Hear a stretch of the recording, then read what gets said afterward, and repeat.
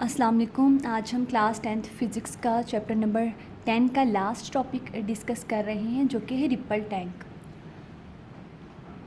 Ripple tank, इसकी definition सबसे पहले हम पढ़ेंगे, उसके बाद इसकी कंस्ट्रक्शन कि रिपल टैंक जो है वो किस किस चीज़ से मिलके बना हुआ है। इसमें 3 मेन जो है उसके बाद टर्म्स हैं, एक है रिफ्लेक्शन, सेकंड रिफ्रैक्शन और थर्ड डायफ्रैक्शन। कि ये कौन कौन से टर्म्स हैं कि हम अगर जो है वाटर वेव्स जनरेट करवा रहे हैं या किसी भी जगह पे पैदा करवा रहे हैं, पानी की वेव्स बन रही हैं, तो उन पे जो है वो किस किस तरह से जो है वो रिफ़्लेक्ट करेंगी या किस किस तरह से ट्रैवल कर रही होंगे। ये सारा भी हम रिपल टैंक में ही पढ़ेंगे। सबसे पहले रिपल टैंक की definition. It is a device to produce water waves and study their characteristics. Ripple tank ऐसी डिवाइस है जिससे हम वाटर में वेव्स जनरेट करवा रहे होते हैं, वाटर वेव्स जनरेट कराते हैं, प्रोड्यूस करवा रहे होते हैं। वो डिवाइस जो कि पानी में वेव्स प्रोड्यूस करवा रही होती है, उस डिवाइस को हम रिपल टैंक कहते हैं। ठीक है। अब यहाँ पे क्वेश्चन ये आता है कि वेव्स क्यों जो है वो जनरेट करवा रहे हैं, हम वाटर वेव्स जो हैं वो क्यों जनरेट करवा रहे हैं।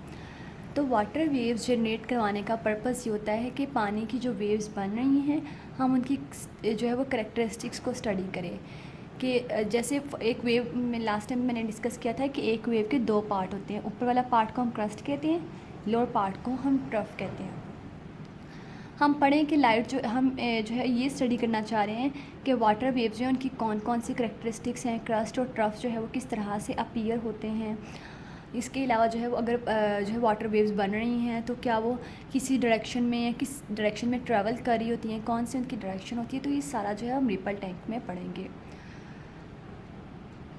तो नंबर 1 है इसमें कंस्ट्रक्शन, कि रिपल टैंक जो है वो किस चीज़ के मिलके बना है। रिपल टैंक में सबसे पहले तो ये जो नीचे हमारे पास है ये ट्रे से दिखाई गई है, ये ग्लास ट्रे है। ये वो ट्रे है जो कि ग्लास से बनी हुई है। ठीक है। उसके ऊपर ये ब्राउन कलर की जो ये है वुडन प्लेट, लकड़ी की प्लेट ली है। ठीक है। और उसके ऊपर हमने क्या कर दिया, इलेक्ट्रिक मोटर जो है वो रख दी है। सबसे पहले हमने एक ट्रे ली, ठीक है, उसके अंदर पानी डाल दिया है, थोड़ा सा पानी उसके अंदर डालेंगे। ठीक है। वो ट्रे जो है, ये जो ट्रे हम ले रहे हैं, ये जो है सरफेस से 1/2 मीटर ऊपर होती है। ठीक है। जो नीचे हमारे पास ज़मीन या जिस भी जगह पे हमने रखा हुआ उस सरफेस से ये 1/2 मीटर ऊपर होगी। ठीक है। अब जो है इसमें पानी डाल दिया ट्रे में। पानी डालने के बाद हम इसके ऊपर वुडन प्लेट रख देंगे, लकड़ी की कोई एक प्लेट रख दी है। ठीक है। वुडन प्लेट जो है हमने रख दी, इस तरह से रखी है कि वो जो हमारे पास पानी है उसकी लोअर सरफेस को यूँ टच कर रही हो। ठीक है। पानी की सरफेस को टच कर रही हो। उसके ऊपर हम क्या रख देंगे, मोटर। ठीक है। ये मैंने यहाँ पे लिखा हुआ है इलेक्ट्रिक मोटर। मोटर को हमने दूसरी साइड पे स्विच से कनेक्ट किया हुआ है। ठीक है। इलेक्ट्रिक सप्लाई हम दे रहे हैं, पावर सप्लाई। ठीक है उसको। और एक साइड पे लैंप लगाया हुआ है। ये तो जो है वो कंपोनेंट्स हमने डिस्कस कर लिए कि रिपल टैंक जो है उसको बनाने के लिए कौन कौन से कंपोनेंट्स होते हैं, glass tray, wooden plate, motor और लाइट सोर्स। अब इन सब चीज़ों का जो है वो अपना अपना फंक्शन है कि सब चीज़ों का अपना अपना काम है कि किस किस लिए जो है हम इन्हें यूज़ करते हैं। ग्लास ट्रे की बात करें तो इसमें हम पानी जो है वो लेते हैं, और ग्लास ट्रे ही क्यों लेते हैं।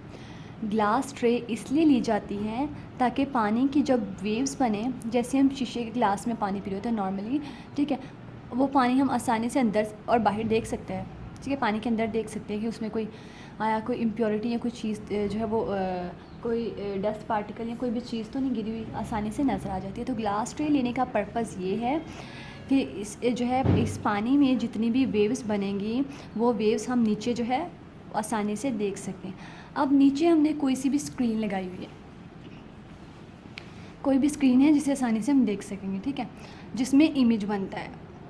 अब हमने ग्लास ट्रे ली, उसमें पानी डाल दिया। अब ग्लास ट्रे क्यों ली थी, क्योंकि वो आसानी से हम पानी को में जो वेव्स बननी है उसे नीचे स्क्रीन पे देख सकें।